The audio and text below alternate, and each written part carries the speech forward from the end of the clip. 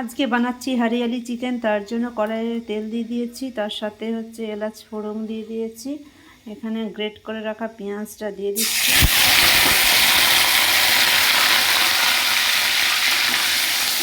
পেঁয়াজটা ভালো করে একটু ভেজে নিচ্ছি। পেঁয়াজটা লাল করে ভাজা হয়ে গেছে। এরপরে এতে আদা, রসুন আর জিরে আর ধনে একসঙ্গে বেটে রেখেছিলাম, সেই বেটে রাখা মশলাটা দিয়ে দিলাম। এটা একটু করে ভেজে নিচ্ছি। মশলাটা ভালো করে ভাজা হয়ে গেছে।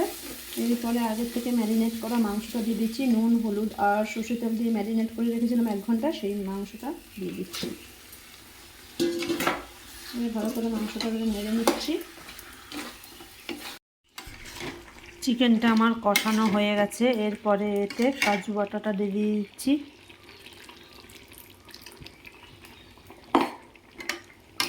দিয়ে এটা 5 মিনিট একটু হতে দেবো। 5 মিনিট পরে ঢাকনা খুলে এরপরে ধনেপাতা, পুদিনা পাতা আর লঙ্কা একটু জলে ভাপিয়ে নিয়েছিলাম 2 মিনিটের মতো। সেই ভাপানো পাতাগুলো একটু ফ্রিজের জল দিয়ে বেটে নিয়েছি, সেই বাটাটা এবারে দিয়ে দিচ্ছি। জাস্ট এবারে 5 মিনিট হতে দেবো, তাহলেই আমার রেডি হয়ে যাবে।